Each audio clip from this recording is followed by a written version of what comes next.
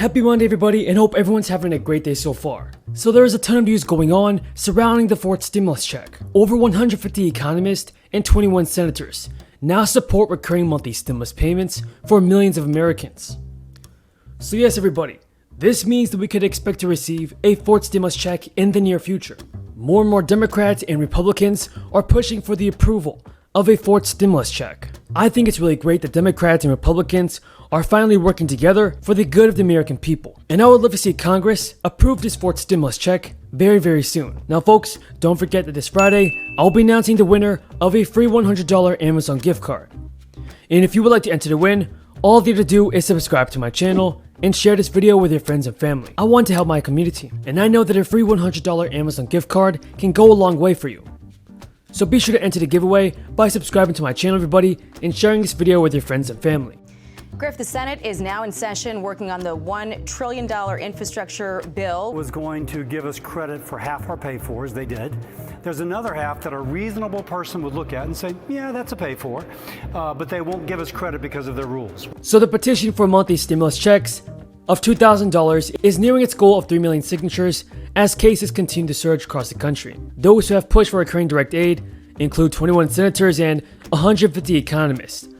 But the Biden administration has signaled that it's not a priority, focusing instead on advancing its infrastructure plan.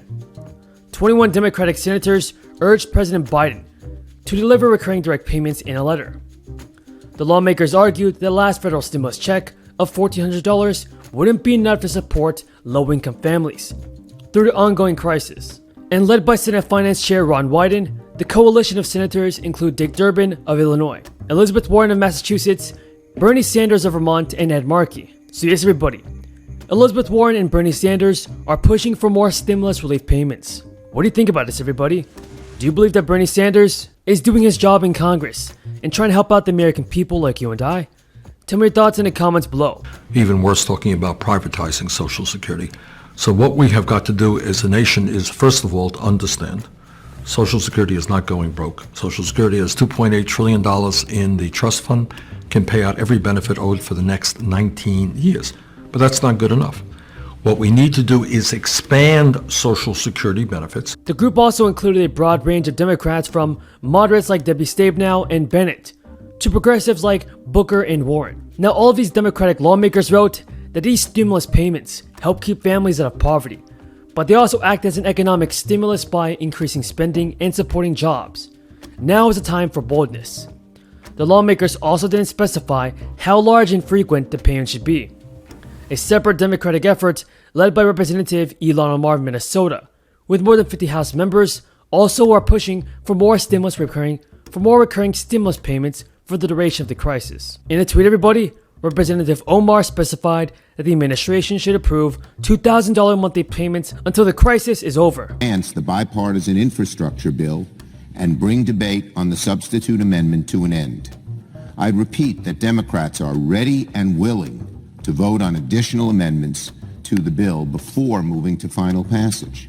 Once again, that will require the cooperation of our Republican colleagues. And more than 150 economists have supported the idea of recurring direct stimulus aid.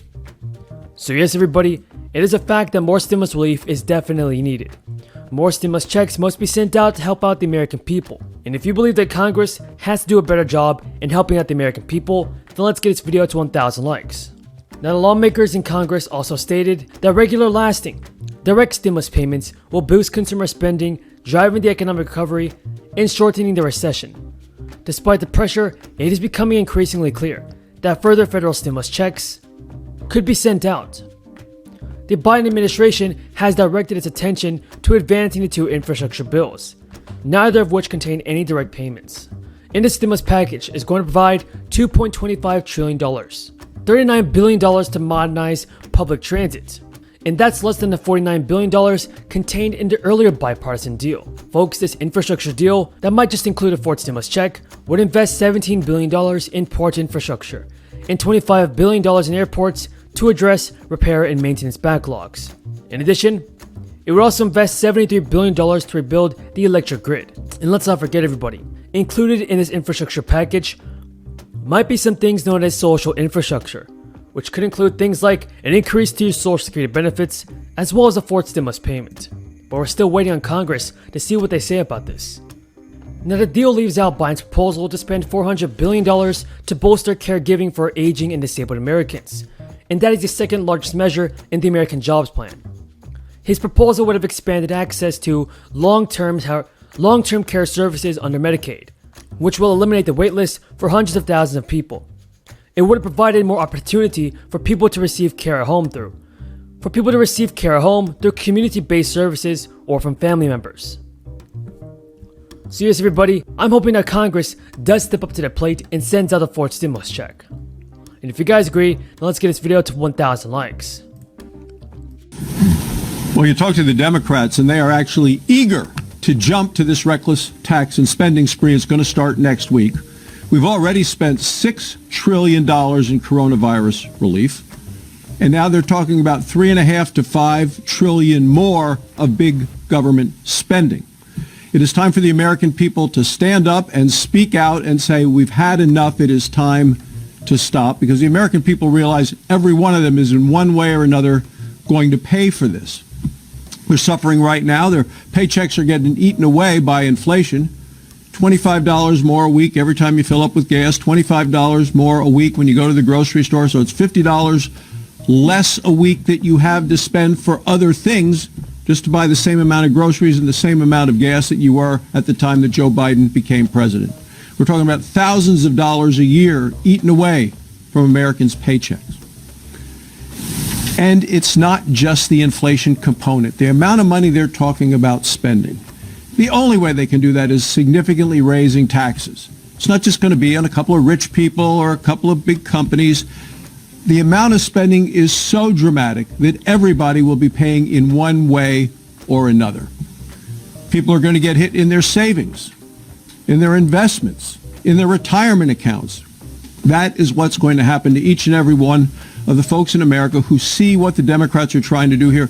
And the Democrats have been very upfront about the fact they are ready to supersize the IRS to go after all of the taxpayers in America to make sure they get every last dime from them. It's time for the American people to stand up, speak out, and say enough is enough.